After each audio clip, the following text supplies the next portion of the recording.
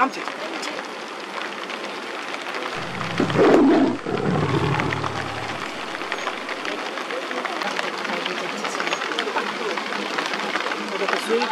Sundarban, the home of royal Bengal tiger and world largest mangrove forest. এই পর্ব হতে চলেছে একদম জমজমান। বাঘ, কুমির আর হরিণের খোঁজে আমি পাড়ি দিয়েছিলাম সুন্দরবনের পথে, কিন্তু কোন ট্রাভেল এজেন্সির সাথে যাব সেটা ভাবতে ভাবতেই আমি খোঁজ পেলাম সুন্দরবনের রেপুটেড ট্যুরিজম ট্রাভেল ডেস্টিনেশনের, যারা সুন্দরবনের জীবজন্তু দেখানোর পাশাপাশিও দিচ্ছে গোটা ট্যুর প্যাকেজে দারুণ সব রকমারি খাবার দাবার। সুস্বাদু খাবার দাবার তো রয়েছে, এছাড়া তোমাদেরকে থাকার জন্য দেবে এমন এক সুন্দর জায়গা, যেই জায়গায় তোমাদের জন্য থাকবে ঝুমুর নাচের আয়োজন। এছাড়াও ট্রাভেল ডেস্টিনেশন ঘুরিয়ে দেখাবে সুন্দরবনের বিখ্যাত কিছু জনপ্রিয় পর্যটন কেন্দ্র। এছাড়া এই পর্ব দেখে তোমরা এটাও বুঝতে পারবে জল জঙ্গলে ঘেরা সুন্দরবনের প্রাকৃতিক সৌন্দর্য ঠিক কতটা। তাহলে চলো বন্ধুরা, কথা না বাড়িয়ে শুরু করি সুন্দরবন নিয়ে এক জমজমাট পর্ব। গল্পটা শুরু করেছিলাম শিয়ালদা স্টেশন থেকে। যারা ট্রেনে করে ক্যানিং যাবে তাদের কিন্তু এই জার্নি শুরু করার আগে এই শিয়ালদা স্টেশনেই আসতে হবে। প্রতিদিনের মতোই ব্যস্ততম শিয়ালদা স্টেশনে এসে নিত্যযাত্রীদের সাথে পায়ে পা মিলিয়ে আমিও রওনা দিলাম শিয়ালদা স্টেশনের সাউথ শাখায়। প্ল্যাটফর্মে এসে দেখি আমাদের জন্য অপেক্ষা করছে 8:28-এর ক্যানিং লোকাল। তারপর আর দেরি না করে আমিও চেপে বসলাম ট্রেনে। আর প্রথমে আশপাশে একটু চোখ বুলিয়ে নিয়ে হালকা ঘুমে চোখটা লেগে এসেছিল। চোখ খুলতেই প্রাকৃতিক সৌন্দর্য উপভোগ করে আমি পৌঁছে গেলাম ক্যানিং রেলওয়ে স্টেশন। তোমরা যারা এই ট্রাভেল ডেস্টিনেশনের থেকে সুন্দরবনের প্যাকেজ নিয়ে আসবে তাদের কিন্তু বাস এই ক্যানিং অবধি আসতে হবে, তারপর তোমাদের এজেন্সি তোমাদেরকে নিয়ে যাওয়ার ব্যবস্থা করে নেবে। তারপরে আর দেরি না করে আমাদের এজেন্সির তরফ থেকে পাঠানো অটোয় চেপে আমরা রওনা দিলাম সোনাখালী ফেরিঘাটের দিকে। আমরা সুন্দরবন যাচ্ছিলাম শীতের শুরুতে, যদিও তখনও শীত খুব একটা পড়েনি, তাই গায়ে ফুরফুরে হাওয়া লাগিয়েই আমরা চলে আসলাম সোনাখালী ফেরিঘাটে। এসে দেখি আমাদের জন্য বোট দাঁড়িয়ে রয়েছে, মানে যেই বোটে করে আমরা এবার সুন্দরবন ভ্রমণ করব। আর হ্যাঁ, বোটে ওঠার সাথে সাথেই দাদা আমাদের জন্য নিয়ে চলে এসেছিল ওয়েলকাম ড্রিঙ্কস। ওয়েলকাম ড্রিঙ্কস খেয়ে একটু রিফ্রেশ হয়ে নিলাম আর তারপর দাঁড়ালাম বোটের সামনে গিয়ে। সত্যি এখানে দাঁড়ালে নিজেকে কিরকম এক হিরো মনে হয়। না, যদিও টাইটানিকের হিরো আমি হতে চাই না। তারপরে এসে দেখলাম আমাদের জন্য হচ্ছে গরম গরম ব্রেকফাস্ট রেডি, আর ব্রেকফাস্টটা খেতেও ছিল দারুণ। শিয়ালদা থেকে জার্নি শুরু করেছিলাম আর তারপর আসলাম ক্যানিং। এসে কিন্তু আমরা চলে এসেছি আমাদের বোটে। তারপর ব্রেকফাস্টে কী ছিল সেটাও তোমাদেরকে দেখালাম। আর এখন হোগল নদী ধরে আমাদের বোট কিন্তু এগিয়ে চলেছে সুন্দরবনের গভীরে। তো দারুণ একটা ট্রিপ হবে। যতবারই সুন্দরবন আসি মনে মানে এই এক্সাইটমেন্টটাই কাজ করে যে এই ট্রিপে কি বাঘ দেখতে পারবো। এর আগে 6বার মতো সুন্দরবনে এসেছি, কোন ট্রিপেই এখন অবধি বাঘের দেখা পাইনি। বাট আশা ছাড়া তো মানুষ বাঁচতে পারে না, তাই এই ট্রিপেও আশা নিয়ে এগোচ্ছি যে ভালো কিছু আমাদের জন্য অপেক্ষা করছে। তাছাড়াও কিন্তু খাওয়া দাওয়া দারুণ। আমরা এসেছি সুন্দরবনের রেপুটেড ট্যুরিজম ট্রাভেল ডেস্টিনেশনের সাথে। তো চলো এরপর কি হবে সবটাই তোমাদেরকে দেখাতে থাকবো আমি।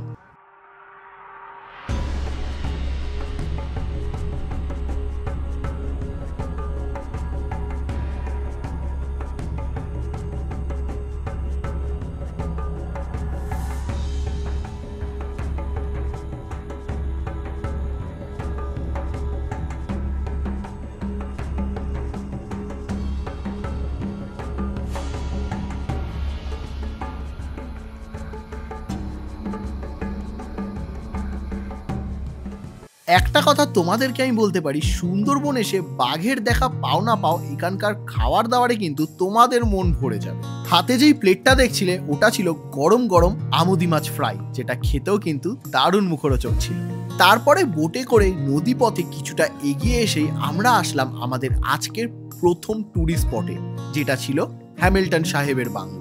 দুপা হাঁটতেই আমার চোখের সামনে পড়লো সেই বিখ্যাত বাংলো। এই হ্যামিল্টন সাহেবের বাংলোর ব্যাপারে তোমাদের যদি দুটো কথা বলি তাহলে বলতেই হবে সব বিদেশিরা কিন্তু ভারতকে লুটতে আসেনি। এই হ্যামিল্টন সাহেব এসেছিলেন ভারতকে উন্নতির পথে এগিয়ে নিয়ে যেতে। তিনি প্রথম যখন গোসাবায় পা রেখেছিলেন তখন এই জায়গাটা ছিল ঘন জঙ্গল, তাই তিনি এই জায়গাটা লিজে নিয়ে এখানকার মানুষদেরকে একত্রিত করে নদীবাঁধের সৃষ্টি করেন ও তাদের বলেন এই জায়গায় বসবাস করার জন্য। এবং হ্যামিল্টন সাহেবের কথা শুনে এখানকার মানুষেরা এই জায়গায় বসবাস করতে আসেনও ও ধীরে ধীরে এই জায়গা উন্নতির পথে এগোতে লাগে। আর এই আদিবাসীদের যে বাচ্চারা ছিল না, তাদের পড়াশোনা করানোর জন্যও কিন্তু এই হ্যামিল্টন সাহেব করেছিলেন সুব্যবস্থা। তারপরেই হ্যামিল্টন সাহেবের বাংলোটা ভালোভাবে ঘুরে নিয়ে আমরা রওনা দিলাম আর এক জায়গার উদ্দেশ্যে। সেই জায়গাটা হচ্ছে বেকন বাংলো।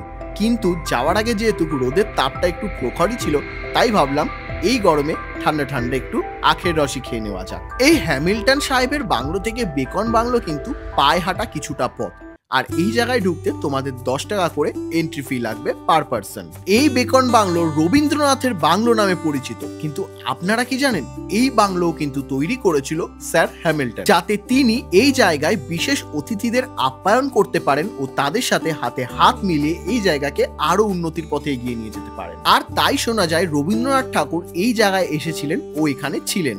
স্যার হ্যামিল্টন এখানে মহাত্মা গান্ধীজিকেও আসার জন্য আমন্ত্রণ জানিয়েছিলেন, কিন্তু বিশেষ কারণে তিনি এখানে আসতে পারেননি। যেহেতু রবীন্দ্রনাথ ঠাকুর এই জায়গায় এসেছিলেন আর ছিলেন, তাই এই জায়গাটা রবীন্দ্রনাথের বাংলো নামেই পরিচিত। বহু বছর এই জায়গাটা অবহেলিতভাবে পড়েছিল, তারপর এখানকার জেলা শাসক ও স্থানীয়দের উদ্যোগে গড়ে উঠেছে এখন এই জায়গায় জনপ্রিয় একটি পর্যটন স্থান।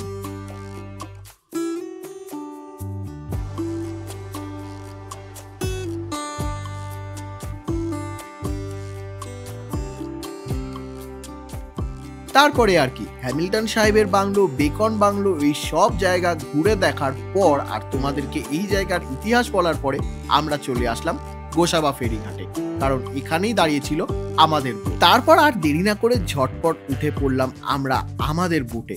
আর যেহেতু বললাম যে হালকা গরম ছিল, তাই আমরা কিনে নিয়েছিলাম আইসক্রিম। বাস গরমের ঠান্ডা ঠান্ডা আইসক্রিম আমাদের মুহূর্তটাকে আরো ঠান্ডা করে দিয়েছিল। তারপর সুন্দরবনের খাড়িগুলোতে ওত পেতে রেখেছিলাম বাঘের দর্শনের জন্য। যাই হোক, ওই সময় বাঘের দর্শন না হলেও চলে এসেছিল দুর্দান্ত দুপুরের খাবার, যেখানে ডাল, ভাজা, তরকারি, রুই, চিংড়ি সব রকমেরই মাছ ছিল। আর এই ট্রিপটা আমি একা করছিলাম না, ছিল সম্পদ, মনোজিৎ, শানু ভাই আর প্রিয়াংশু। তারপরে হাতে দিয়ে দেওয়া হলো একটা করে ফল, আর পাশের বোটের সাথে তালে তাল মিলিয়ে আমরাও চলছিলাম আমাদের গন্তব্যে। গন্তব্য বলতে যেইখানে আমাদের আজকে রাত্রি নিবাস রয়েছে। সত্যি পরন্ত বিকেলে সূর্যটাকে যে কি দারুণ লাগছে কি বলবো। এই বোটে একসাথে অনেক গেস্টই ছিল, বাট কেউ কেউ ঠিক করেছিল তারা একদম পাখিরালয়ের বাজারের কাছে থাকবে, আর আমাদের মতো অ্যাডভেঞ্চার লাভার ঠিক করেছিল বড় নদীর পাড়ে এক দারুণ সুন্দর রিসর্টে থাকবে। মানে আলটিমেটলি ব্যাপারটা এটাই দাঁড়াচ্ছে যে তোমরা যেরকম চাইবে ট্রাভেল ডেস্টিনেশন তোমাদেরকে সেরকমই সার্ভিস প্রোভাইড করবে। বাট আমি আমার ডিসিশনে কিন্তু খুব খুশি। মানে সুন্দরবন ঘুরতে এসেছি বস, যদি একটু প্রকৃতির কোলেই না থাকে তাহলে আর কিসের আমরা অ্যাডভেঞ্চার লাভার। যাই হোক, আমাদের এই রিসর্টটা কিন্তু ছোটোর মধ্যে বেশ সুন্দর ছিল। এখানে বেশ কিছু ক্যাটাগরির রুম ছিল, বাইরে ছিল বসার জায়গা যেখানে সবুজে মোড়া প্রকৃতি তোমরা দেখতেই পারবে। আর এই রিসর্টটার নাম ছিল চিতল। তো চলো রুমটা এবার তোমাদেরকে দেখাই। মানে এরকম জায়গায় যেরকম রুম হওয়া উচিত এই রুমটা ঠিক সেরকমই ছিল। রুমে কিন্তু যা যা অ্যামিনিটিস থাকার কথা ছিল সবকিছুই, লাইক টাওয়াল, সোপ, বাথরুমটাও ছিল যথেষ্ট পরিষ্কার পরিচ্ছন্ন, আর ছিল গিজারও।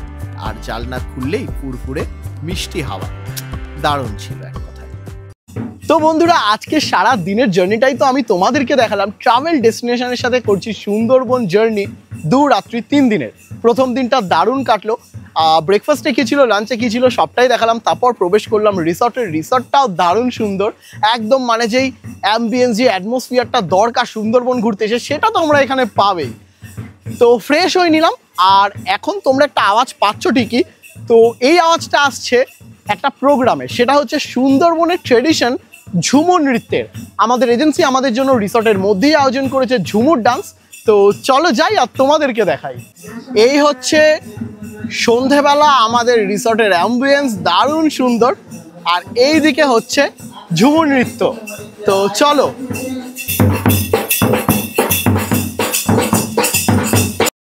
এই প্রোগ্রাম শুরু হতে না হতেই আমাদের জন্য চলে আসলো পকোড়া আর গরম গরম কফি।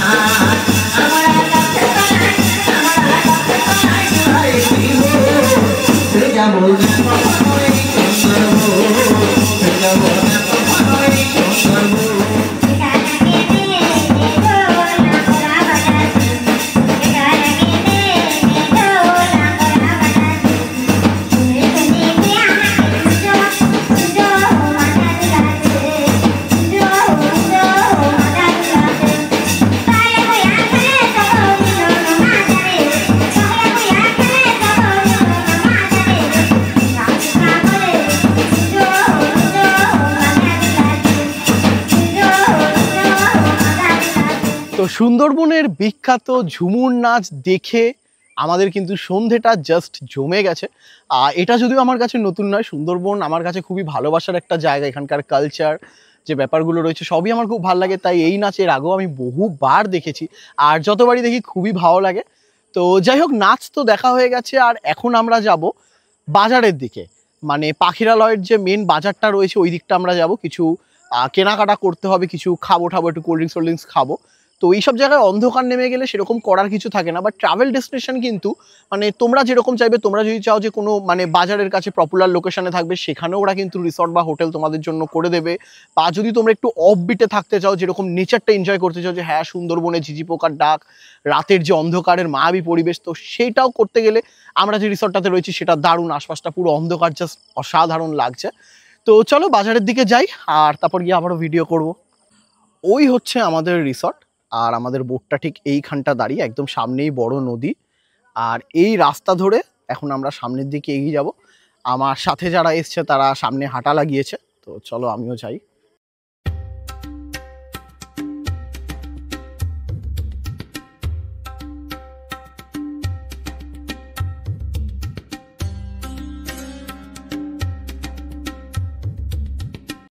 বেশ কিছুক্ষণ পাখিরালয়ের বাজারে কাটালাম, কিছু মানুষের সাথে আলাপচারিতা হলো, আর এখন রাত হয়ে যাচ্ছে, তাই যাবো রিসর্টে। আর তোমাদের সাথে আবার আমি ফিরে আসবো ডিনার টাইমে, আর তোমাদেরকে দেখাবো যে ফার্স্ট ডে ডিনারে আমাদেরকে কি কি প্রোভাইড করা হয়েছে। বাজার থেকে ঘুরে এসেই দেখলাম আমাদের জন্য রেডি হয়ে গেছে ডিনার। আজকের ডিনারের স্পেশাল আইটেম ছিল মটন কষা, যেটা স্বাদও ছিল অসাধারণ। তো সব মিলিয়ে বলাই যায় ডিনারটা জাস্ট জমে গেছিল। তাহলে চলো ঝিঝি পোকার ডাককেই না হয় সাক্ষী রেখে তোমাদের জানাই গুড নাইট। পরের দিনের সকালটাও শুরু হলো মিষ্টি রোদের ছোঁয়া গায়ে মেখে। একটুখানি বাইরে আসতেই দেখলাম এজেন্সির থেকে দাদা আমাদের জন্য পাঠিয়েছে গরম গরম চা। তো বন্ধুরা, গুড মর্নিং ওয়ান্স অ্যাগেন। আর তোমরা তো জানোই আমি রয়েছি এই মুহূর্তে সুন্দরবনে, আর আজকে সুন্দরবনে আমার তৃতীয় দিন। আর দ্বিতীয় দিন যারা সুন্দরবন এসেছো তারা যেন কোন কোন জায়গা সাইট সিন থাকে, আর যারা এখনও আসনি, আসার প্ল্যান করছো বা করছেন, তারা এই পর্বটা মিস করবেন না। আজকে আমরা সুন্দরবনের বেশ কিছু ইন্টারেস্টিং জায়গাগুলো ভিজিট করব, আর হতে পারে বাঘও দেখা পেতেই পারি আমরা। সেটা তো ভাগ্যের ব্যাপার, সময় বলবে। আপাতত আমরা আমাদের রিসর্ট থেকে বেরোলাম, আর দেখাই তোমাদেরকে একটু। এই হচ্ছে আমাদের রিসর্ট, আর এই বড় নদী, আর এই আমাদের লঞ্চ কিন্তু চলে এসছে পাড়ে। কিছু গেস্টরা অন্য হোটেলে রয়েছে, তাদেরকে নিয়ে লঞ্চ আমাদেরকে নিতে এসছে। তো আমরা এখন সোজা লঞ্চে উঠবো। তো চলো, আমাদের কিন্তু শুরু হয়ে গেল সুন্দরবনের ডে 2 এর জার্নি। আর এই ডে 2 এর জার্নি নিয়ে কিন্তু সবাই খুব এক্সাইটেড থাকে, কারণ আজকের দিনটাতেই প্রবল চান্সেস থাকে ওয়াইল্ড অ্যানিমালস দেখার, লাইক হরিণ, কুমির, কিংবা এখানকার রাজা রয়্যাল বেঙ্গল টাইগার। তারপর আমরা চলে আসলাম সজনেখালি ওয়াইল্ড লাইফ স্যাঞ্চুরিতে। আর এখানে আমি প্রচুরবার এসেছি, আমার অলরেডি জানা কোথায় কি রয়েছে। এই জায়গাটাতে টার্টেলস থাকে, এখানে রেস্কিউ করা টার্টেলস রাখা হয়েছে, বাট এখন দেখা যাচ্ছে কি না সেটা তো বলতে পারবো না। মনে তো হচ্ছে না কিছু দেখা যাচ্ছে এখানে। তাছাড়া ওই সাইডেও আছে, দেখি এই দিকটা।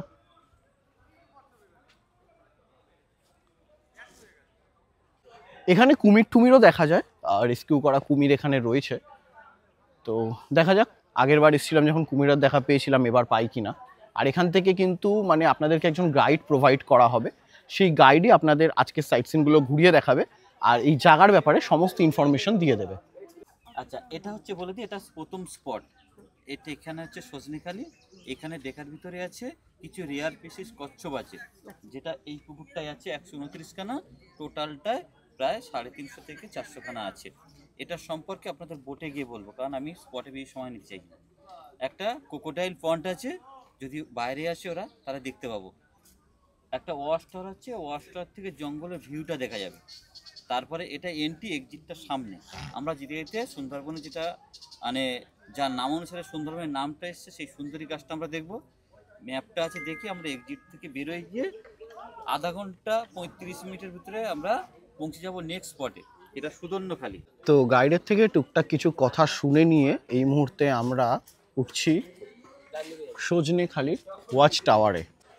তো এই হচ্ছে সজনেখালি ওয়াচ টাওয়ার থেকে আশপাশটার ভিউ।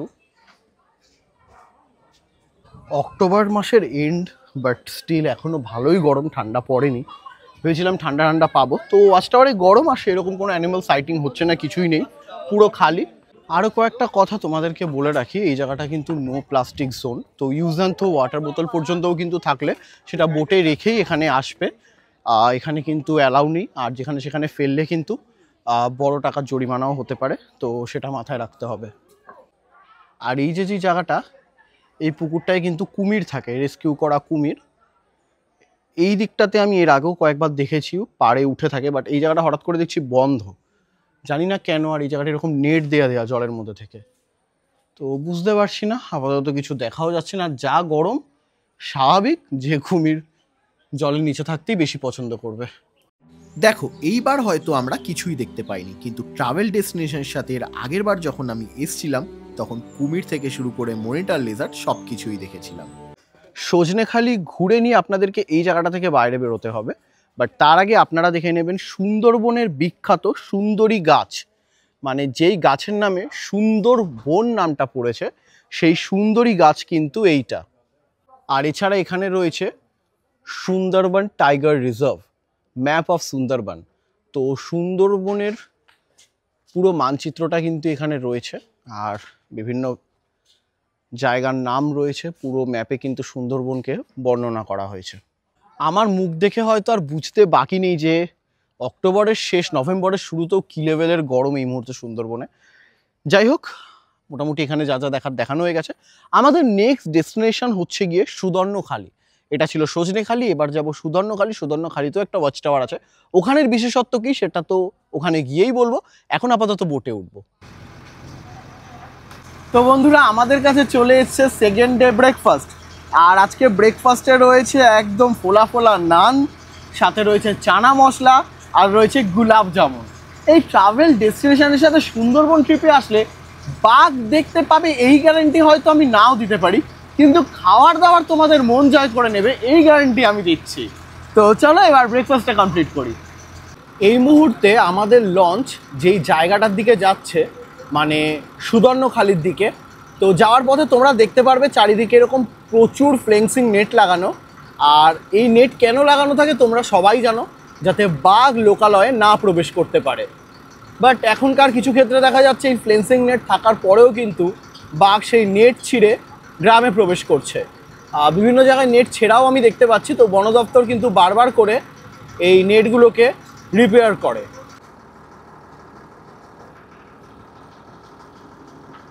এই যে মাঝখানে যে সরু খালগুলো ঢুকে গেছে না, এই খালগুলোর আগেও কিন্তু মানে মোটা করে ফ্লেন্সিং নেট লাগানো। আমি একটু জুম করে দেখাই।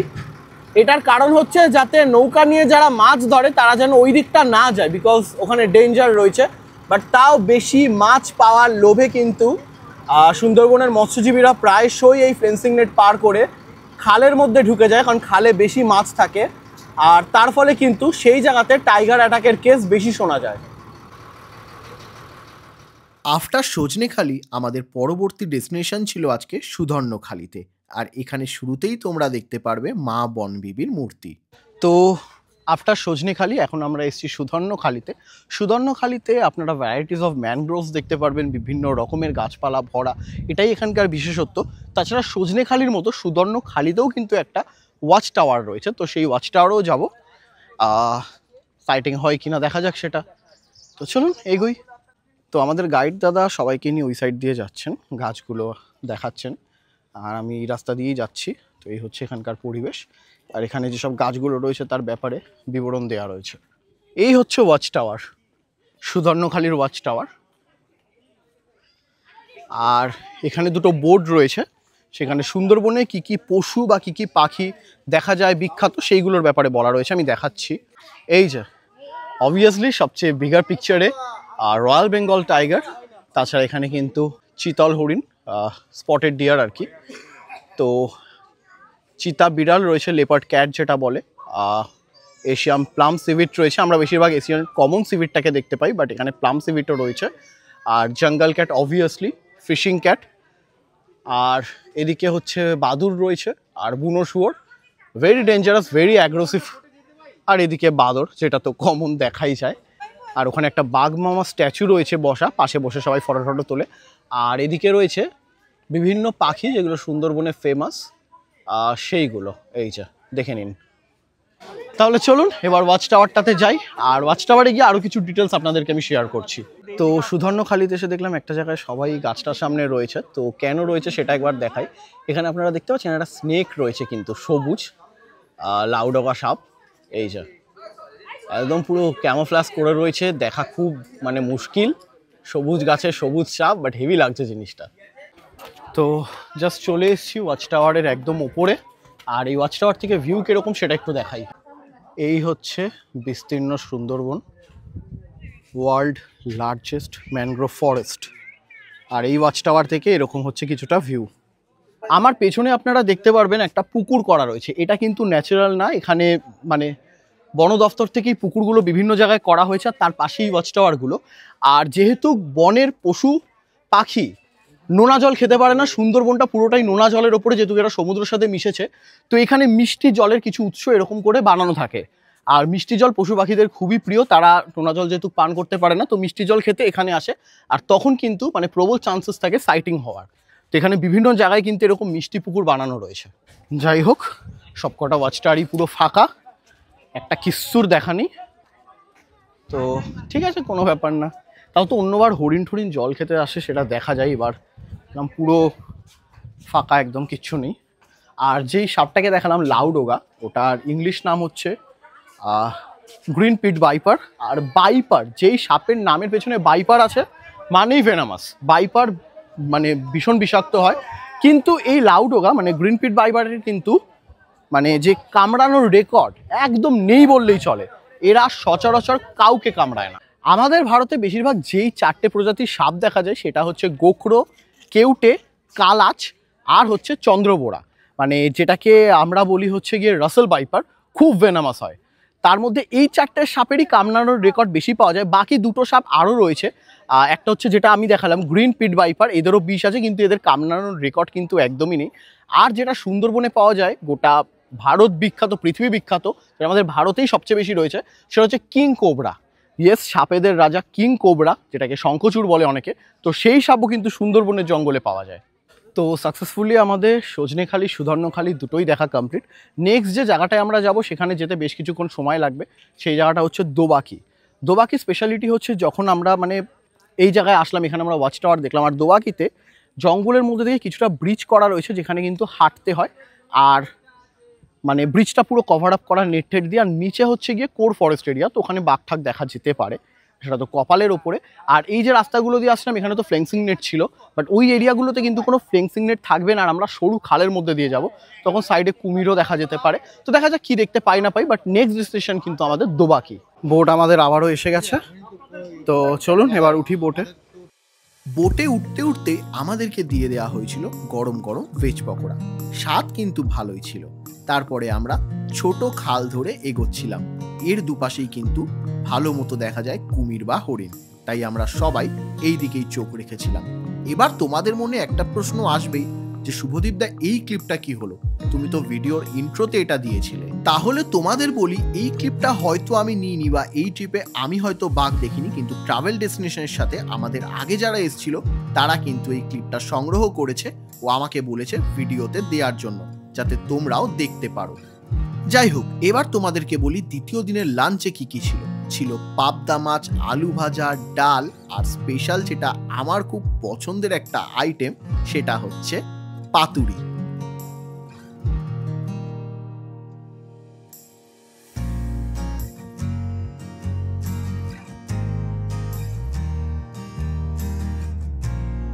তারপরে আমরা চলে আসলাম আমাদের আজকের ফাইনাল আর লাস্ট ডেস্টিনেশনে, যেটা ছিল হচ্ছে দোবাকি। এই দোবাকি হচ্ছে গিয়ে একটা লম্বা ব্রিজ, যেখানে তোমাদের কিছু কিলোমিটার হেঁটে যেতে হবে। আর এই ব্রিজের নিচের দিকগুলো কিন্তু একদম জঙ্গলের মধ্যেই পড়ে, যেখানে কিন্তু হরিণ, বাঘ হামেশাই দেখা যায়। বাট আজকের কপাল কিন্তু আমাদের অতটা ভালো ছিল না। যাই হোক, সমস্ত ট্রিপ কমপ্লিট করে আমরা ফিরে আসলাম আবারও আমাদের রিসর্টে। সারাদিন আজকে অনেক ঘোরাঘুরি হয়েছে, তাই ফ্রেশ হয়ে নিলাম। আর দেখলাম যে ভাই আমাদের জন্য নিয়ে চলে এসছে ইভিনিং স্ন্যাক্স, ছিল চাউমিন। তারপর দেরি না করে কিছুক্ষণ পর হয়ে গেছিল ডিনার টাইম। ডিনারে ছিল আজকে ফ্রাইড রাইস আর সাথে সুস্বাদু চিলি চিকেন। তো চলো, ডে 2 সাকসেসফুলি কমপ্লিট করলাম আর তোমাদেরকে জানাই গুড নাইট। ফিরে আসছি কাল মর্নিং এ আবার। তো এই বন্ধুরা, good morning and good morning from Sundarban. তো আজকে হচ্ছে সুন্দরবনে আমাদের 3 নম্বর দিন। দারুণ একটা ট্রিপ করলাম, বাট আজকে কিন্তু আমাদের ট্রিপের এন্ডিংয়ে আমরা চলে এসেছি। আর এখন লঞ্চে উঠবো, বাট বাড়ি পৌঁছানোর আগে আজকেও কিছু সাইট সিন আছে, থাকছে দারুণ সব খাবার দাবার। তো চলো লঞ্চে উঠি, তারপর তোমাদের সবটাই আমি দেখাচ্ছি। এই হচ্ছে আমাদের সব টিম, মানে আমরা সব এক রিসর্টে ছিলাম। তো এক এক করে সবাই কিন্তু এখন লঞ্চে উঠছে। লঞ্চ এসে গেছে ঘাটে। তো লঞ্চে গিয়ে আগে আমরা ব্রেকফাস্ট সারবো আর রওনা দেবো ক্যানিংয়ের উদ্দেশ্যে। বাট যেতে যেতে অনেক কিছু অ্যাক্টিভিটিস থাকবে, সেগুলো তোমাদেরকে কিন্তু যেতে যেতেই আমি দেখাতে থাকবো। আমাদের আজকের যাত্রাটা কিন্তু সোজা বাড়ির পথে রওনা দেওয়ার যাত্রা, কিন্তু তার মাঝখানেও আমরা খেয়ে নেব কিছু সুস্বাদু খাবার দাবার আর দেখব কিছু বিশেষ পর্যটন স্থান। সত্যি কথা বলতে শেষের দিনটা একটু তো মন খারাপ লাগে। কিছুদিন জলে জঙ্গলের মাঝে ঘুরে কিছুটা ভালোবাসা তো এই জায়গার প্রতি জন্মেই যায়। রোদ ঝলমলে সুন্দর একটা সকাল, আজকের আকাশটাও কিন্তু দেখতে বেশ সুন্দর লাগছিল। তারপর কিছুক্ষণেই মেঘের খেলা উপভোগ করতে করতে আমরা চলে আসলাম আজকের আমাদের ফার্স্ট ট্যুরিস্ট স্পটে, যেটা ছিল লোকনাথ বাবার মন্দির। যেই ঘাটে তোমাদের বোটটা দাঁড়াবে, সেই ঘাট থেকে মন্দির অবধি যেতে কিন্তু তোমাদের গ্রামের রাস্তা ধরে কিছুটা পথ হাঁটতে হবে। আর এই চলতি পথে তোমরা দেখতে পারবে এখানকার স্থানীয় মানুষেরা কিন্তু বেশ কিছু দোকানপাট নিয়ে বসেছে। তালপাতা সেপাই ছিল, তালপাতা রাখ সেপাই ছিল, বলছি শোনো গল্প। হাত পাতা তার খচার কাঠি ওজন ছিল অল্প, সেই তালপাতা সেপাই। কলসিবুলের মধুটা হবে ভালো, মধু ছিল ভালো। তোমরা চাইলে এনাদের কাছ থেকে কিছু কেনাকাটা করতেই পারো। তারপরে এক সুন্দর ক্ষেতের মধ্যে দিয়ে আমরা যাচ্ছিলাম মন্দিরের পথে।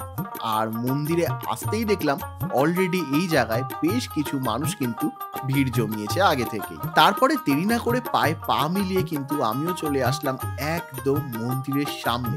আর সত্যি কথা বলতে এই মন্দিরটা আসলে তোমাদের কিন্তু মন শান্ত হয়ে যাবে। লোকনাথ বাবার পায়ে প্রণাম টুকে আবারও রওনা দিলাম বোটের উদ্দেশ্যে। আর দেখলাম বেঁধেছো এমন ঘর, বেঁধেছো এমন ঘর, শূন্যের উপর পোস্তা করে, ধন্য ধন্য বলি তারে, ধন্য ধন্য বলি তারে। তোমায় হৃদ মাঝারে রাখবো, ছেড়ে দেবো না, তোমায় বক্ষ মাঝে রাখবো, ছেড়ে দেবো না, তোমায় হৃদ মাঝারে রাখবো, ছেড়ে দেবো না। এরকম জায়গায় এসে বাউল গান শুনতে কার না ভালো লাগে। তো বেশ কিছুটা দারুণ সময় কাটালাম। তারপরে বোট চালানোর দায়িত্বটা নিয়ে নিলাম নিজের হাতে। সত্যি এটা কিন্তু এক অন্যরকম অনুভূতি হলো এবার। তারপরে বসে পড়লাম দুপুরের খাবার দাবার নিয়ে। ছিল ভোলা মাছ, কাঁকড়া কষা। তোমরা যারা কাঁকড়া খাবে না তাদের জন্য থাকবে ডিম। তারপর দেখলাম আকাশের কোনায় জমেছে হালকা কালো মেঘ, আর সেই জায়গা থেকে যখন পাশের বোটটা যাচ্ছিল, উফ, আলাদাই লাগছিল। যাই হোক, যাত্রা কমপ্লিট করে এবার আমরা আবারও ফিরে আসলাম সোনাখালী ফেরিঘাটে। সুন্দরবন মানি ট্রাভেল ডেস্টিনেশন, দারুণ একটা 2-3 দিনের ট্রিপ কিন্তু আমরা কমপ্লিট করলাম। এই মুহূর্তে রয়েছে সোনাখালী ঘাট। আমাদের জার্নি ওভার। আর ট্রাভেল ডেস্টিনেশনের সাথে আপনারা যদি সুন্দরবন আসতে চান, ভিডিওতে কোথাও না কোথাও নাম্বার শো হয়েছে, ওই নাম্বারেই কিন্তু বুকিং করতে পারবেন আপনারা। আর মিস আউট করে গেলে ডেসক্রিপশন বক্সে থাকবে ফুল ডিটেলস। তো চলুন, সুন্দরবন সফর আমার কিন্তু এখানেই শেষ হলো, কিন্তু আপনাদেরকে নিয়ে আমি আরও বিভিন্ন জায়গায় যাব। সে হোক না পাহাড়, হোক না জঙ্গল, হোক না সমুদ্র। তো এই চ্যানেলটা ফলো করুন, আমাকে ভালোবাসা দিন, আর আমরা একসাথে এগিয়ে চলি। তো আজকের পর্বটা এতটাই ভালো লাগলো, অবশ্যই like, comment, share and subscribe must. আবারও দেখা হবে আপনাদের সাথে নতুন কোনো জার্নিতে, নতুন কোনো দিগন্তে। ভালো থাকবেন।